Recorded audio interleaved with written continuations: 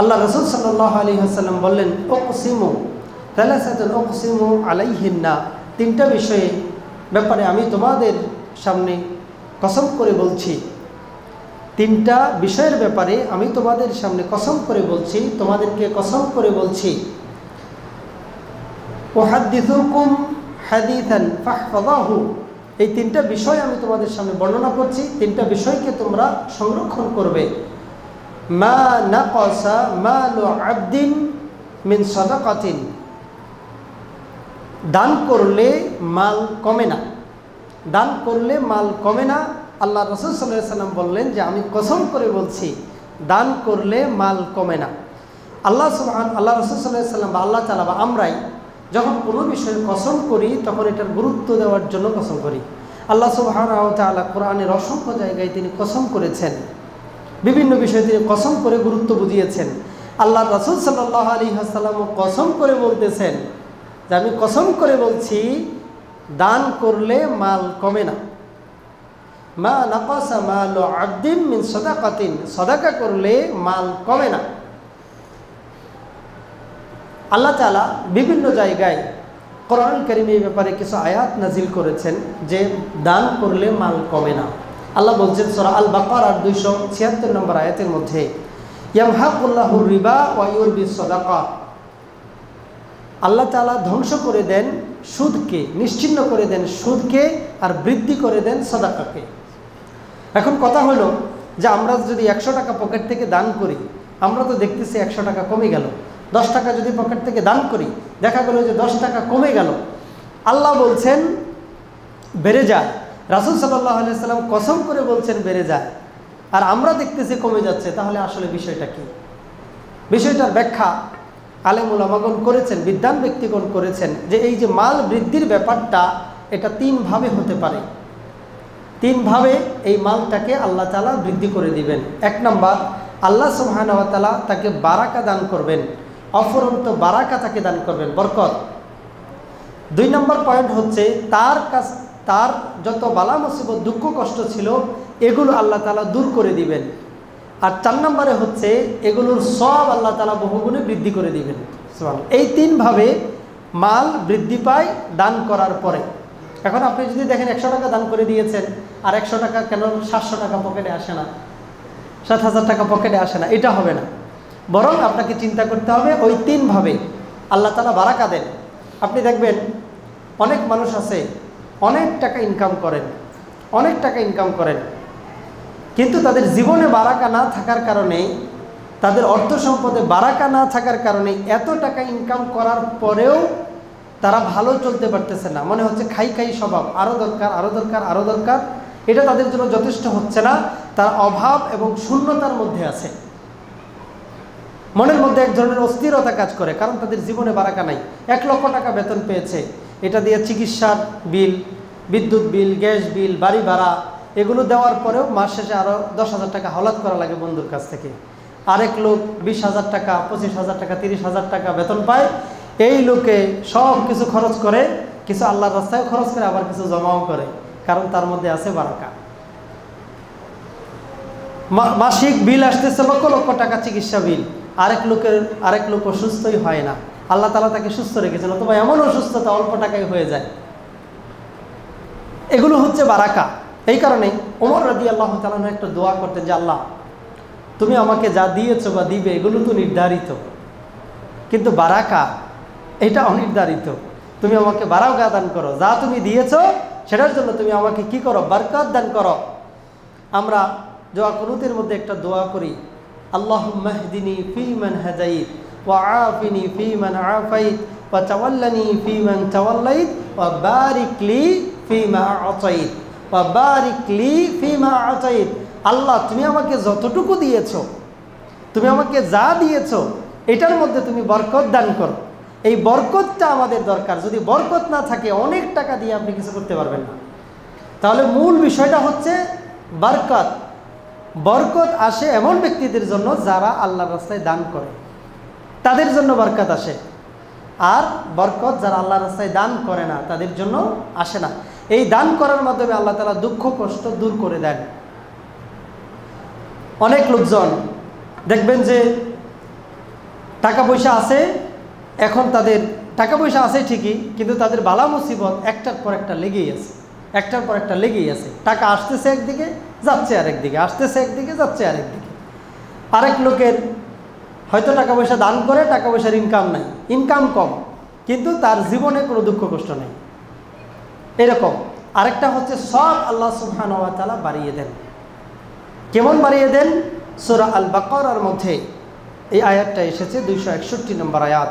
আল্লাহ সুবহানাহু ওয়া তাআলা বলতেছেন, মাসালুল লাযীনা ইউনফিকুনা ফী সাবীলিল্লাহি কামাসালি হাববাতিন আমবাতাত সাবআ সানাবিলা ফী কুল্লি সুমবুলাতিন মিআতু হাববাতিন।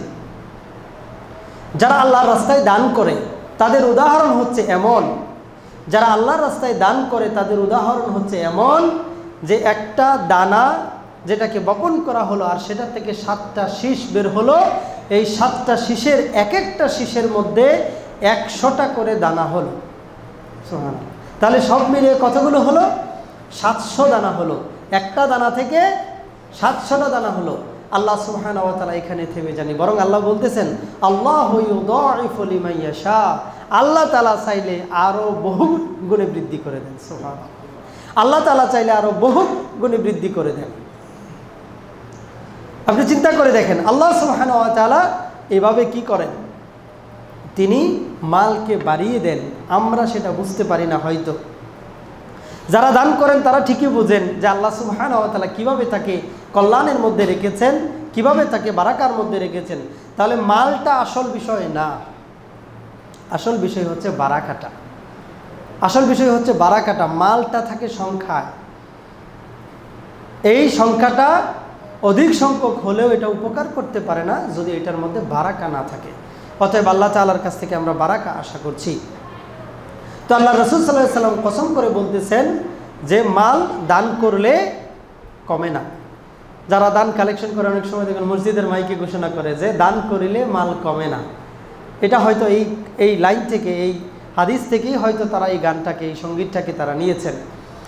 আল্লাহ রাসূল সাল্লাল্লাহু আলাইহি ওয়াসাল্লাম বলতেছেন, সহিহ আল বুখারীর হাদিস, সহিহ মুসলিমের হাদিস 2158 নম্বর হাদিস, আবু হুরায়রা রাদিয়াল্লাহু তাআলা আনহু বলতেছেন যে রাসূল সাল্লাল্লাহু আলাইহি ওয়াসাল্লাম বলেছেন, আল্লাহ বলেছেন, ইয়া ইবনা আদম আনফিক উনফিক আলাইকা, হে বনি আদম তোমরা দান করো তাহলে আমি তোমাদেরকে দান করব। সুবহানাল্লাহ। এই ঘোষণা কার? হাদিসে কুদসিতে আল্লাহ সুবহানাহু ওয়া তাআলা নিজে এই ঘোষণা করেছেন, বনি আদম তুমি দান করো তাহলে আমি তোমাকে দান করব। আপনি কি মনে করতেছেন আল্লাহর ওয়াদাটা মিথ্যা? আল্লাহর কথাটা কি মিথ্যা মনে করতেছেন আপনি? আপনি দান করে দেখেন, আল্লাহ কি করবেন? আপনাকে দান করবেন। আল্লাহ বলছেন এই কথা, হাদিসে কুদসির মধ্যে এটা এসেছে। লুঙ্গি পরা এক বিলাল রাদিয়াল্লাহু তাআলা আনহু আল্লাহ রাসূল সাল্লাল্লাহু আলাইহি ওয়াসাল্লামের কাছে আসলেন, তার জামা কাপড় কিচ্ছু নাই, স্যান্ডেল নেই। আল্লাহ রাসূল সাল্লাল্লাহু আলাইহি ওয়াসাল্লাম বলছেন, আনফিক ইয়া বিলাল, বিলাল তুমি দান করো, বিলাল তুমি দান করো। অথচ তার লুঙ্গি ছাড়া কিচ্ছু নাই, দান করো তুমি। এভাবে আল্লাহ রাসূল সাল্লাল্লাহু আলাইহি ওয়াসাল্লাম উৎসাহিত করেছেন বেশি বেশি করে দান করার জন্য, কারণ দান করলে মাল বৃদ্ধি পায়। কিভাবে বৃদ্ধি পায় এই কথাটা আমি আপনাদেরকে ব্যাখ্যা করে বুঝালাম। এরপরে 2 নম্বর যে বিষয়টা আল্লাহ রাসূল সাল্লাল্লাহু আলাইহি ওয়াসাল্লাম কসম করে বললেন সেটা হচ্ছে, ওয়ালা দুলিমা আবদুন মাযলিমাতান ফাসাবারা আলাইহা ইল্লা যাদাল্লাহু ইজ্জান। একজন ব্যক্তির উপর খুব কঠোরভাবে, ব্যাপকভাবে জুলুম করা হলো আর সেইটার উপর ধৈর্য ধারণ করলো, আল্লাহ তাআলা এই ধৈর্যের কারণে তার ইজ্জতকে, তার মর্যাদাকে তিনি বৃদ্ধি করে দেন। সুবহানাল্লাহ। তাহলে বিপদ আসলে, কারো উপর জুলুম করা হলে ওই ব্যক্তিটা ধৈর্য ধারণ করবে, কারো উপর অত্যাচার করা হলে ধৈর্য ধারণ করবে। এটাই বলা হয়েছে ধৈর্য হচ্ছে একটা মহৎ গুণ। সূরা লুকমানের মধ্যে 17 নম্বর আয়াতে এসেছে, ওয়াসবির আলা মা আসাবাক ইন্না যালিকা মিন আযমিল উমুর।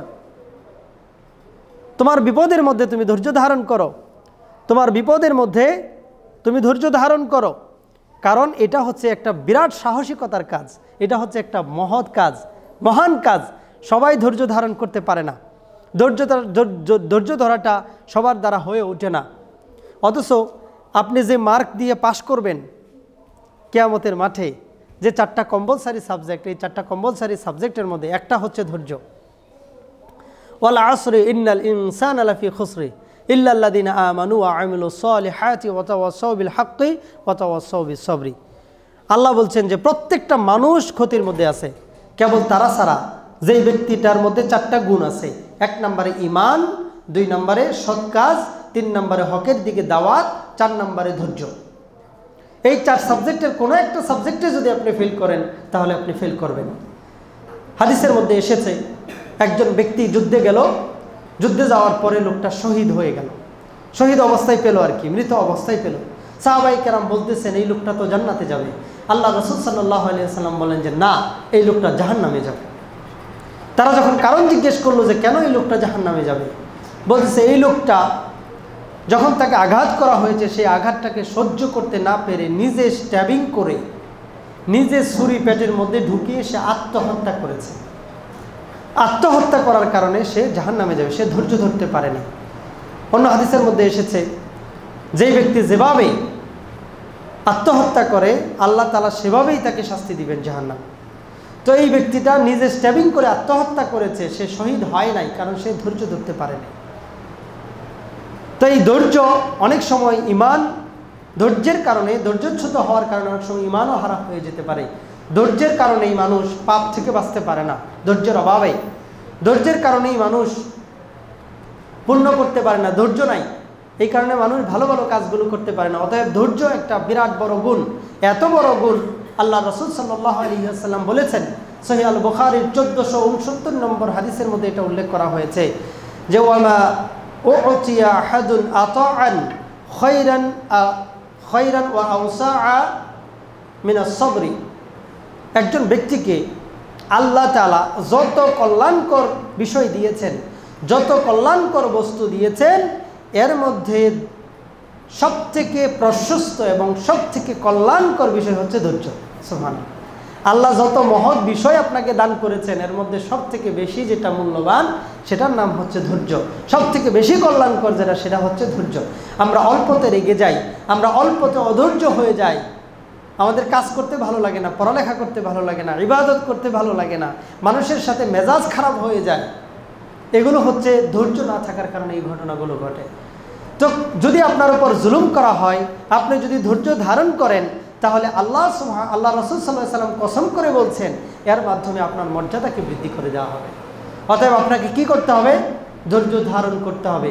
অনেক লোকজন আপনাকে কটু কথা বলবে, অনেক লোকজন আপনার উপর অত্যাচার করবে, জুলুম করবে, তবে আপনাকে পরিচয় দিতে হবে সবথেকে বেশি ধৈর্যশীল। এবার দেখুন 3 নম্বর পয়েন্ট। 3 নম্বর পয়েন্টের মধ্যে কি বলা হয়েছে?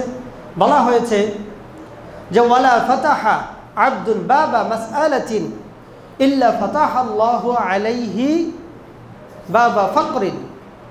যেই ব্যক্তিটা ভিক্ষার দরজাকে খুলে দেয়, মানুষের কাছে হাত পাতার দরজাটাকে যে ব্যক্তিটা খুলে দেয়, আল্লাহ তাআলা তার দরিদ্রতাকে বাড়িয়ে দেন, আল্লাহ তাআলা তার দারিদ্র্যকে বাড়িয়ে দেন। যে ব্যক্তিরা ভিক্ষার হাত বাড়ায়, অনেকে তো ভিক্ষাবৃত্তিকে একটা পেশা হিসেবে গ্রহণ করেছে, অনেকে 5 তলা পর্যন্ত বাড়ি করেছে, এই রকম সংবাদও পাই আমরা যে ভিক্ষা করতে করতে 5 তলা বাড়ি। ভিক্ষুকেরা সিন্ডিকেট, ভিক্ষুকদের সিন্ডিকেট আছে, ভিক্ষুকদের টিম আছে, ওইখানে সভাপতি আছে, সেক্রেটারি আছে, তারা আবার রাজনৈতিক দলকেও এখান থেকে চাঁদা দেয়। ভিক্ষাতে ব্যাপক ব্যবসা। কিন্তু তাদের জন্য এই হাদিসের মধ্যে নসিহা রয়েছে যে যারা এইরকম ভিক্ষা করে, যারা এইরকম ভিক্ষা করে, ভিক্ষা করলে কি ক্ষতি হবে এটা আল্লাহ রাসূল সাল্লাল্লাহু আলাইহি ওয়াসাল্লাম বলেছেন। আবু দাউদের হাদিসের মধ্যে এসেছে যারা ভিক্ষা করে এই ভিক্ষুকেরা কিয়ামতের মাঠে এমন অবস্থায় উঠবে যে তাদের চেহারার মধ্যে কোনো মাংস থাকবে না, কোনো চেহারার মধ্যে কোনো মাংস থাকবে না, যারা ভিক্ষাবৃত্তিকে পেশা বানিয়ে নিয়েছে। আল্লাহ রাসূল সাল্লাল্লাহু আলাইহি ওয়াসাল্লাম এই কথা বলেছেন যে হালাল কাজের মধ্যে 2টা কাজ অত্যন্ত নিকৃষ্ট, অত্যন্ত অপছন্দনীয়। একটা হচ্ছে তালাক দেওয়া আর একটা হচ্ছে ভিক্ষা করা। ভিক্ষা করাটাকে রাসূলুল্লাহ সাল্লাল্লাহু আলাইহি ওয়াসাল্লাম কখনো উৎসাহিত করতেন না, এটাকে তিনি অনুৎসাহিত করতেন। বুখারীর হাদিসের মধ্যে আসছে আল ইয়াদুল উলিয়া খায়রুম মিন ইয়াদিস সুফলা। আল ইয়াদুল উলিয়া উত্তম হাত, উপরের হাত হচ্ছে উত্তম হাত নিচের হাতের থেকে। উপরের হাত দান করে আর নিচের হাত ভিক্ষা করে। তো এই ভিক্ষা করাটা এটা হচ্ছে খারাপ একটা গুণ। এটাকে বর্জন করতে হবে, এটা বদ অভ্যাস, বরং নিজেকে বেশি কর্মঠ হতে হবে। আবু দাউদের হাদিসের মধ্যে আসছে, আল্লাহ নবী সাল্লাল্লাহু আলাইহি ওয়াসাল্লাম বললেন যে 3 ক্যাটাগরির মানুষের জন্য ভিক্ষা করা জায়েজ আছে। 3 ক্যাটাগরির ব্যক্তিদের জন্য ভিক্ষা করা জায়েজ আছে। 3 ক্যাটাগরির প্রথম ক্যাটাগরির ব্যক্তি হচ্ছে যে ব্যক্তি জামিনদার, অন্যের সম্পদের জামিনদার ছিল বা অন্য কোনো টাকা পয়সার জামিনদার ছিল, এখন ওই ব্যক্তি পালিয়েছে। এখন এই জামিনের টাকা কিভাবে দিবে, কিভাবে এই সম্পদ পরিশোধ করবে? এই কারণে তিনি যদি অন্যের কাছে হাত পাতেন, নিজের কাছে না থাকলে এটা দোষের কিছু হবে না, কারণ সে অন্যের জন্যই হাত পাতেছে, তার কোনো দোষ ছিল না। এটা হচ্ছে 1 নম্বর ক্যাটাগরি। 2 নম্বর ক্যাটাগরি হচ্ছে ন্যাচারাল ক্যালামিটি, প্রাকৃতিক দুর্যোগ যদি কারো উপর পেয়ে বসে। আপনি দেখেছেন বছরখানেক আগে তুরস্কের মধ্যে একটা ভূমিকম্প হয়েছিল। এই ভূমিকম্পে অনেক বহুতল বিশিষ্ট বিল্ডিংয়ের মালিক এই বিল্ডিংয়ের নিচেই ভিক্ষা করতেছে। এটার ছবি ভাইরাল হয়েছে যে এই লোকটা আগের দিনও কত ধনী মানুষ ছিল, এর পরের দিন ভিক্ষা করতেছে। এরকম ঘটনা ঘটতে পারে, এরকম ঘটনা অস্বাভাবিক কিছু না। আল্লাহ তাআলা যদি আমাদেরকে এইভাবে পরীক্ষা করতে পারেন, তবে আল্লাহ তাআলার কাছে দোয়া করে আল্লাহ তাআলা যেন এত কঠিন পরীক্ষায় আমাদেরকে না ফেলেন। একটা প্রাকৃতিক দুর্যোগ আসলো, একটা ভূমিকম্প আসলো বা অন্য কোনো প্রাকৃতিক দুর্যোগ, যারা ধনী মানুষ তারা যে কাতারে, যারা গরিব মানুষ তারা একই কাতারে, এমনটা ঘটতে পারে। তো যদি ঘটে, এই ব্যক্তিটা ভিক্ষা করতে পারবে, কোনো অসুবিধা নাই। আরেকজন ব্যক্তি, আরেক ক্যাটাগরির ব্যক্তি যারা নিঃস্ব, যারা দরিদ্র, তারাও ভিক্ষা করতে পারবে। যাদের ঘরে খাবার নাই, কিন্তু তাদের যখন খাবার হয়ে যাবে, সকাল দুপুর, সকাল এবং রাতের খাবার, মানে একদিনের খাবার যদি হয়ে যায়, এই ব্যক্তিটা এই দিন আর ভিক্ষা করতে পারবে না। আল্লাহ রাসূল সাল্লাল্লাহু আলাইহি ওয়াসাল্লাম এই কথাটাই বলেন। ভিক্ষা করে করে জমা করা, ভিক্ষা করে করে আবার লোন দেওয়া, এই কাজগুলো সে করতে পারবে না একজন সুস্থ স্বাভাবিক মানুষের জন্য। তবে কেউ যদি এমন হয় যে চিরস্থায়ীভাবে অসুস্থ, তার আর কোনো কিছু করার নাই, এমন ব্যক্তিরা যদি করে তাহলে অসুবিধা হবে না। চিরস্থায়ীভাবে এমন কিছু বৃদ্ধ মানুষ আছে, এমন কিছু পঙ্গু মানুষ আছে, অসুস্থ মানুষ আছে, যাদের এছাড়া আর কোনো কর্ম নাই, তো তারা এই কাজটা করলে অসুবিধা হবে না। কিন্তু একজন সুস্থ মানুষ ভিক্ষা করবে শুধুমাত্র তার জীবন চলার জন্য, যতটুকু না হইলেই নয়, যদি হয়ে যায় তাহলে সে আর ভিক্ষা করবে না, এইভাবে হবে। তো এই ভিক্ষা করা, এইটা আমাদের প্রমোট করা উচিত না। মুসলমানেরা হবে আত্মসম্মান বোধওয়ালা মানুষ, যদিও গরিব হয় তারপরেও তার মধ্যে একটা আত্মসম্মান বোধ থাকবে। আত্মসম্মান বোধ থাকবে, সে মানুষের কাছে চাইবে কিভাবে? আমরা অনেক সাহাবীদের জীবনী দেখি, এমনকি আমরা রাসূলুল্লাহ সাল্লাল্লাহু আলাইহি সাল্লামের জীবনী দেখি যে 3 দিন পর্যন্ত পেটে পাথর বাঁধা, 3 দিন পর্যন্ত খাওয়া নাই, এরকম 1 দিন 2 দিন 3 দিন পর্যন্ত কিছুই খায় না, এরকম সাহাবায়ে কেরাম ছিল। কিন্তু তারা অন্যের কাছে হাত পাতে নাই, অন্যের কাছে তারা ভিক্ষা করে নাই। তো এই বিষয়টা খেয়াল রাখতে হবে। মুসলমানরা হবে আত্মসম্মান বোধওয়ালা। এরপরে তিরমিজির হাদিসের মধ্যে এসেছে, ইদা সাআলতা ফাসআলিল্লাহ, ইদা সাআলতা ফাসআলিল্লাহ, যদি কোনো কিছু চাও তাহলে আল্লাহর কাছে চাও। তোমার যদি কোনো কিছু চাইতেই হয়, যখন তুমি চাইবে তখন তুমি আল্লাহ তাআলার কাছেই চাইবে। এই হাদিসটারই আরেকটু বাড়তি অংশে বলা হয়েছে যে দুনিয়ার জিন এবং সমস্ত মানুষ মিলে তোমার কোনো উপকার করতে পারবে না যদি আল্লাহ লিখে না রাখেন। দুনিয়ার সমস্ত জিন এবং মানুষ মিলে তোমার কোনো ক্ষতি করতে পারবে না যদি আল্লাহ লিখে না রাখেন। তাহলে উপকার এবং ক্ষতি দুইটাই আল্লাহ তাআলার পক্ষ থেকে আসে। তাহলে যদি চাইতে হয় তাহলে আল্লাহর কাছেই চাও, অন্য কারো কাছে চাও না। এরপরে দেখেন মিশকাতুল মাসাবিতে একটা দুর্বল সনদের একটা হাদিস আছে। এই হাদিসটার মধ্যে উল্লেখ করা হয়েছে, আল্লাহ রাসূল সাল্লাল্লাহু আলাইহি ওয়াসাল্লাম বলছেন যে যদি একটা জুতার ফিতাও ছিঁড়ে যায় তোমাদের, তাও সেটা আল্লাহ তাআলার কাছে চাও। অন্যের কাছে আগে হাত পেতো না, আগে আল্লাহ তাআলার কাছে যাও যে আল্লাহ আমার জুতার ফিতাটা ছিঁড়ে গেছে, আল্লাহ আমার জামা নাই, আল্লাহ আমার স্যান্ডেল নাই, এগুলো আগে কার কাছে চাইতে হবে? আল্লাহ সুবহানাহু ওয়া তাআলার কাছে। আল্লাহ তাআলার কাছে না চাইলে আল্লাহ তাআলা রাগ করেন। সূরা ফাতিহার মধ্যে আমরা পড়ছি ইয়াকা না'বুদু ওয়া ইয়াকা নাস্তাঈন, আমরা তোমারই ইবাদত করি এবং তোমারই কাছে চাই। তাহলে আমরা চাইবো তো আল্লাহ তাআলার কাছে, আমরা অন্যের কাছে কেন চাইবো? আমরা আল্লাহ সুবহানাহু ওয়া তাআলার কাছে চাইবো। আল্লাহ সুবহানাহু ওয়া তাআলা যে কিভাবে কার মাধ্যমে এটা পূর্ণ করে দিবেন এটা হয়তো আমাদের জানা নাই, আমরা উল্টাপাল্টা জায়গায় চাই। আল্লাহর কাছে চাইলে আল্লাহ তো হচ্ছেন এমন রব যিনি আপনি চাওয়া না চাইতেই তিনি আপনার চাহিদাগুলোকে পুরা করে দেন। আমরা অনেক কিছুর জন্য আবেদন করি নাই, আল্লাহ তাআলার কাছে চাই নাই। অক্সিজেন আমরা কেউ চাই আল্লাহ তাআলার কাছে? চাই না, আল্লাহ দেন। বিশুদ্ধ পানি আল্লাহ দেন। এরকম মায়ের আমরা যখন গর্ভে এসেছি, প্রসব হওয়ার আগেই আল্লাহ তাআলা আমাদের দুধের ব্যবস্থা করেছেন, রিজিকের ব্যবস্থা করেছেন। এগুলো তো আল্লাহ তাআলা আমরা আবেদন করার আগেই তিনি দিয়েছেন। এরকম আল্লাহ সুবহানাহু ওয়া তাআলা তার কাছে চাইলে তিনি দেন, না চাইলে তিনি রাগ করেন। অতএব ভিক্ষা না করে আল্লাহ তাআলার কাছে চাইতে হবে, এটা হচ্ছে বিষয়। এরপরে এই তিনটা বিষয় যেগুলো আল্লাহ রাসূল সাল্লাল্লাহু আলাইহি ওয়াসাল্লাম কসম করে বললেন। এক নম্বর কসমটা ছিল এরকম যে কসম করে বলছি দান করলে মাল কমে না, এক নম্বর পয়েন্ট। দুই নম্বর পয়েন্ট, কসম করে বলছি যেই ব্যক্তিটা তাকে অত্যাচার করা হলে ধৈর্য ধারণ করবে, আল্লাহ এর মাধ্যমে তার ইজ্জতকে বৃদ্ধি করে দিবেন। তিন নম্বর পয়েন্ট, কসম করে বলছি যেই ব্যক্তিটা মানুষের কাছে হাত পাতে, আল্লাহ তাআলা তার দরিদ্রতাকে বাড়িয়ে দেন, বৃদ্ধি করে দেন। অতএব হাত পাতবো আমরা আল্লাহ তাআলার কাছে, হাত ওঠাবো আমরা আল্লাহ তাআলার কাছে, আল্লাহ তাআলা কারোর মাধ্যমে সেটার ব্যবস্থা করে দেবেন ইনশাআল্লাহ। আর ভিক্ষা করলেও যদি প্রেক্ষাপট আসে, তাহলে একদিনের খাবার থাকলে সুস্থ মানুষের জন্য আর ভিক্ষা করা জায়েজ নেই, কিন্তু অসুস্থ মানুষ হলে সেটা করতে পারবে। এরপরে আল্লাহ রাসূল সাল্লাল্লাহু আলাইহি ওয়াসাল্লাম বললেন, উহাদ্দিসুকুম হাদিসান ফাহফাযাহু, আমি তোমাদেরকে আরেকটা কথা বলি, তোমরা সেটাকে সংরক্ষণ করে রাখবে, তোমরা সেটাকে মুখস্থ করবে। ইন্নামা দুনিয়া লিআরবাআতি নাফরিন, এই দুনিয়াটা হচ্ছে 4 ক্যাটাগরির মানুষের জন্য। এই দুনিয়াতে 4 ক্যাটাগরির মানুষ আছে, সব মিলে যত মানুষ আছে এই 4 ক্যাটাগরির কোনো একটা ক্যাটাগরিতে সে পড়বেই। এটা এখন আমাদের শিখতে হবে, আমাদেরকে জানতে হবে আমরা কোন ক্যাটাগরির মধ্যে আছি। এই 4 ক্যাটাগরির প্রথম যে ক্যাটাগরিটা, এটা হচ্ছে আবদিন রাযাকাহুল্লাহু মালান ওয়া ইলমান। প্রথম ক্যাটাগরি হচ্ছে যে আল্লাহ তাআলা তার বান্দাকে মাল দিয়েছেন আর ইলম দিয়েছেন। এই দুইটা জিনিস আল্লাহ সুবহানাহু ওয়া তাআলা দিয়েছেন। দুইটা জিনিসই কিন্তু আল্লাহ তাআলার পক্ষ থেকে একটা বড় নিয়ামত, মাল দেওয়া এবং ইলম দেওয়া। কিন্তু এই মাল এবং ইলম পাওয়ার পরে যে ঘটনাটা ঘটেছে, ফাহুয়া ইয়াত্তাকি ফিহি রাব্বাহু, তার রবকে সে এই ব্যাপারে ভয় করে। তাকে ইলম দিছে, মাল দিছে, এখন তার রবকে সে এই ব্যাপারে ভয় করে। কি ভয় করে? মাল ইনকামের সময় আপনাকে খেয়াল রাখতে হবে যে আপনার ইনকামটা কি হালাল কিনা।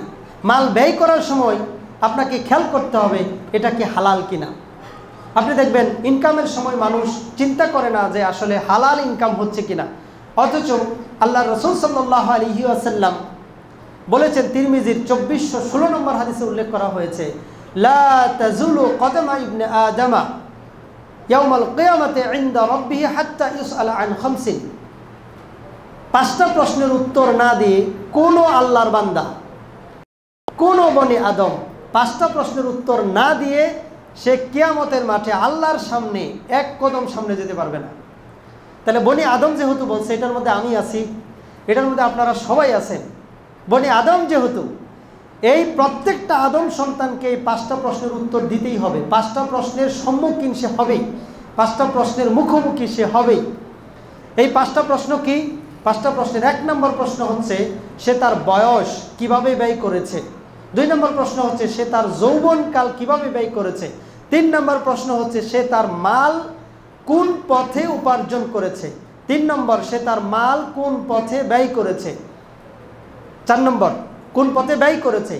আর 5 নম্বরে হচ্ছে সে যে ইলম অর্জন করেছিল সেটা অনুযায়ী সে আমল করেছে কিনা। এই 5টা প্রশ্নের উত্তর আমাদের সবাইকে দিতে হবে। এই 5টা প্রশ্নের মুখোমুখি আমরা সবাই হব। হাদিসটা কিন্তু সহিহ, তিরমিজির 2416 নম্বর হাদিস। অতএব এটার জন্য প্রস্তুতি নিন যে এই প্রশ্নের মুখোমুখি আপনিও হতে যাচ্ছেন। এখন আপনি ভালো পথে ইনকাম করেন আর মন্দ পথে ইনকাম করেন, প্রশ্নের জবাব কিন্তু আপনার রেডি থাকতে হবে। তো এটা হচ্ছে বিষয়।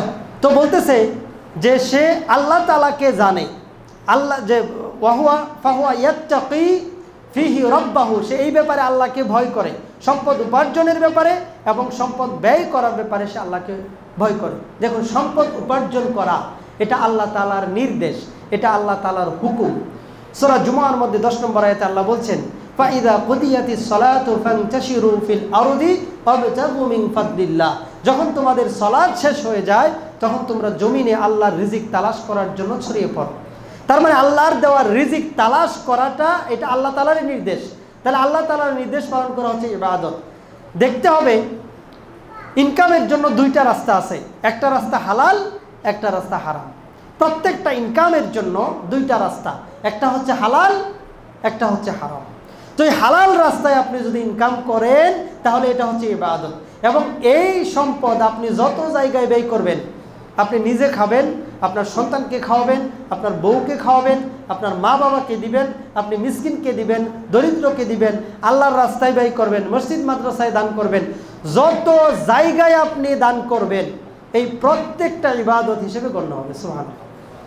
এবার আপনি যদি হারাম পথে ইনকাম করেন, এটা যদি আপনি নিজে খান, মিশকাতুল মাসাবির হাদিসের মধ্যে আসছে যে লা ইয়াদখুলুল জান্নাতা জাসাদুন গুযিয়া বিল হারাম, যেই দেহটা হারাম মাল দিয়ে গঠিত হয়েছে সেটা জান্নাতে প্রবেশ করবে না, আপনার দোয়া কবুল হবে না।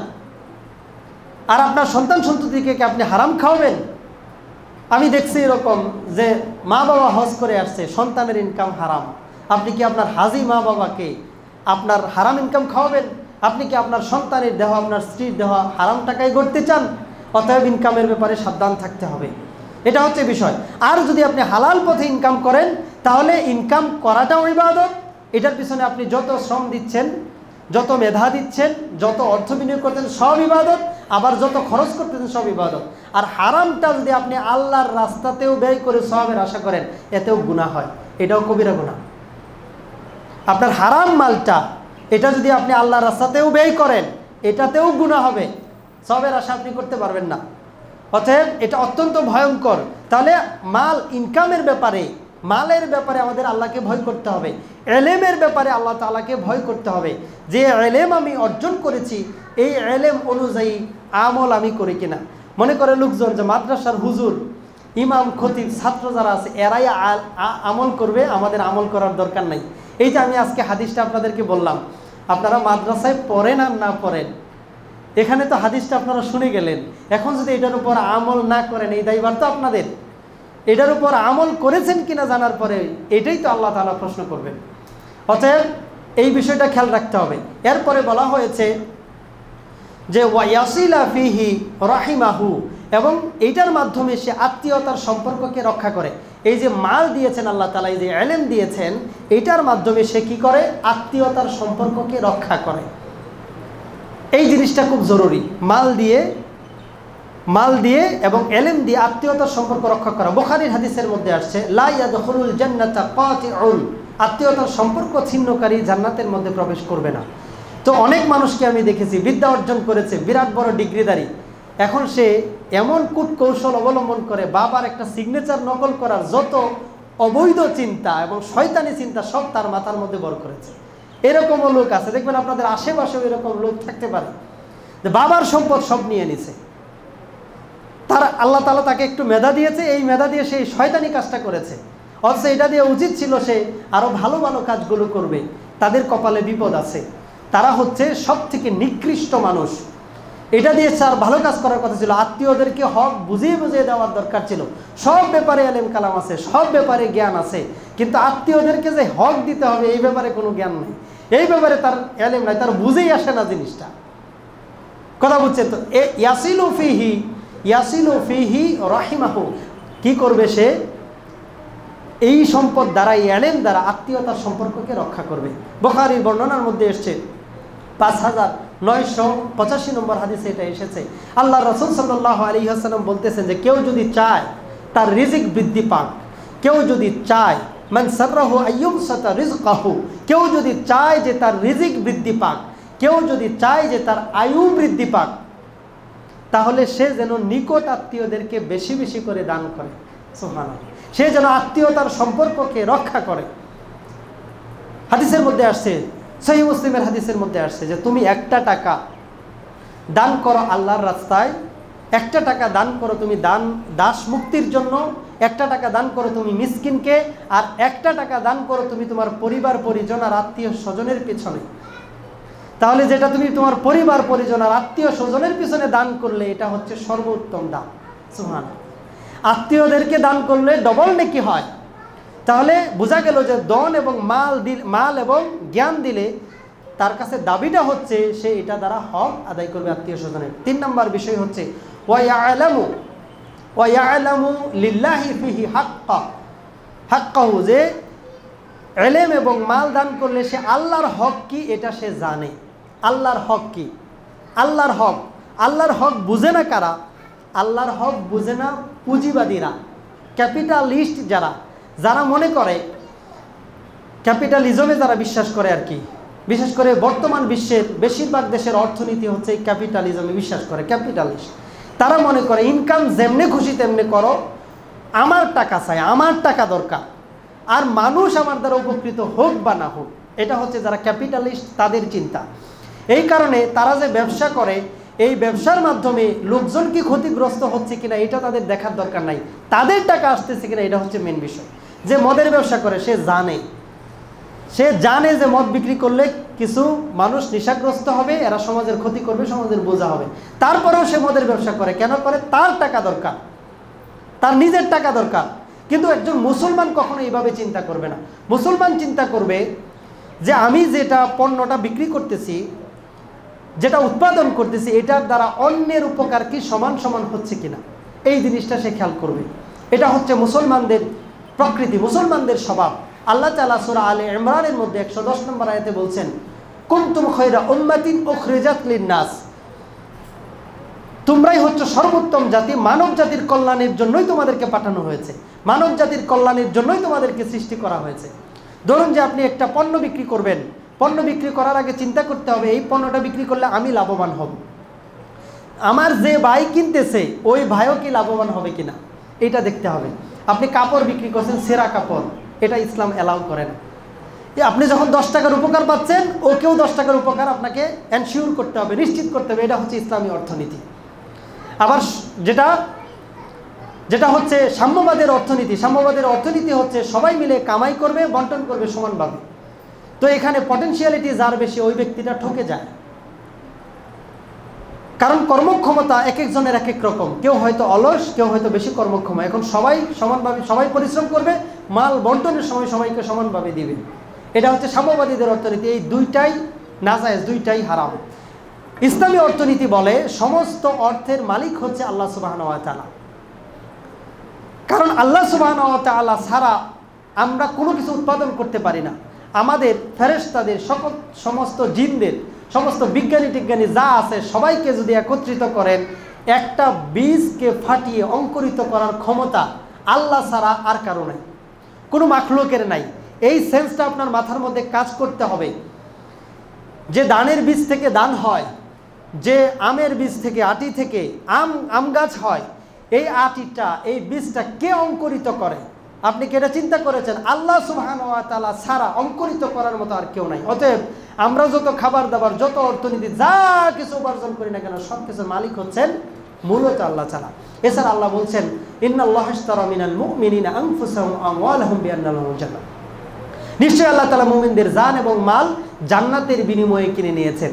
তাহলে আমাদের জান, আমাদের মাল, এটা মূলত আল্লাহ সুবহানাহু ওয়া তাআলার, কারণ আমরা জান্নাতের বিনিময়ে এগুলোকে বিক্রি করে দিয়েছি।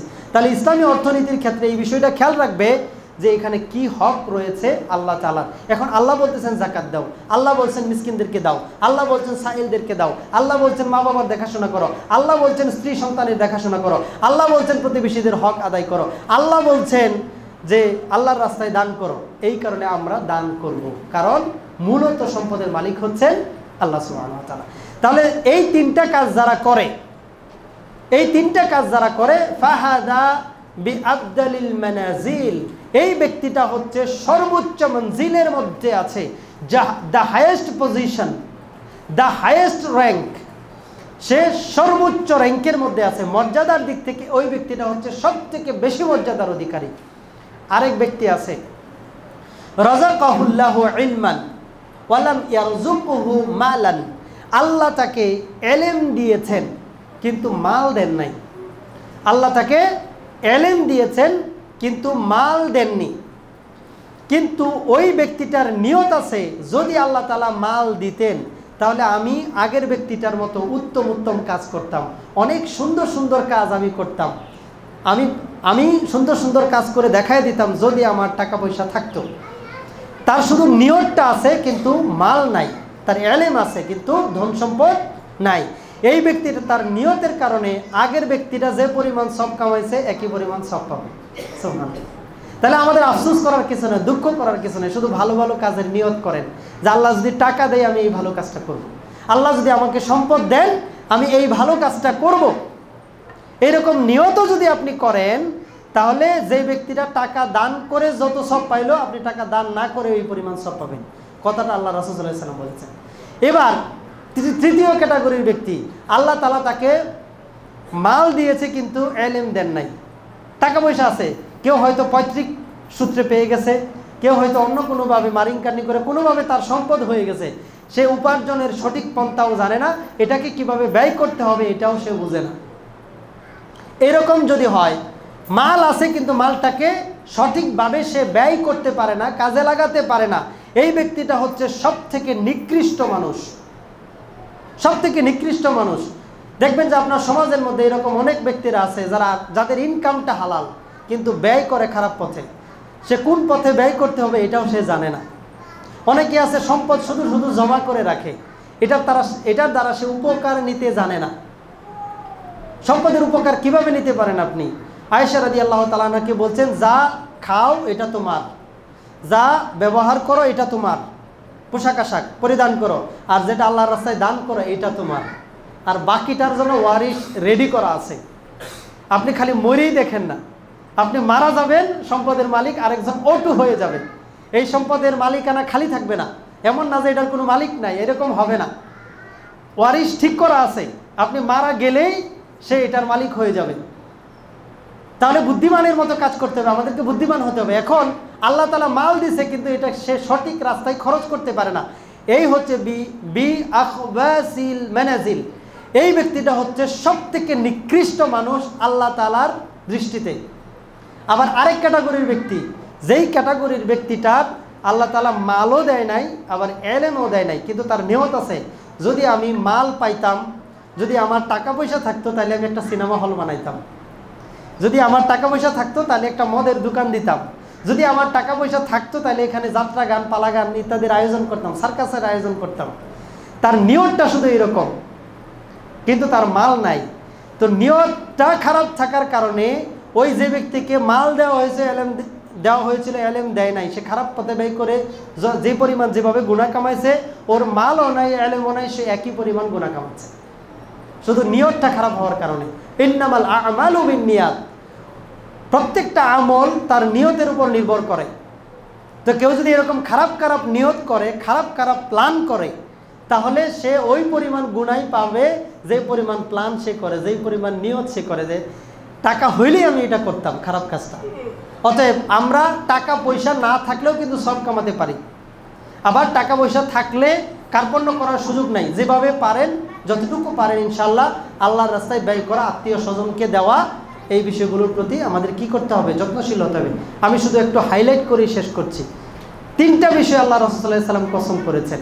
কসম করে বলছেন, আল্লাহ রাসূল সাল্লাল্লাহু আলাইহি ওয়াসাল্লাম তিনটা বিষয়ে কসম করে বলছেন, দান করলে মাল কমে না। কসম, দান করলে মাল কমে না। কসম, কারোর উপর অত্যাচার করা হলে ধৈর্য ধারণ করলে আল্লাহ তার মর্যাদাকে বৃদ্ধি করে দিবেন। কসম, যেই ব্যক্তিটা ভিক্ষা করে, মানুষের কাছে চায়, আল্লাহ তাআলা তার দারিদ্রতাকে আরো বেশি বাড়িয়ে দেন।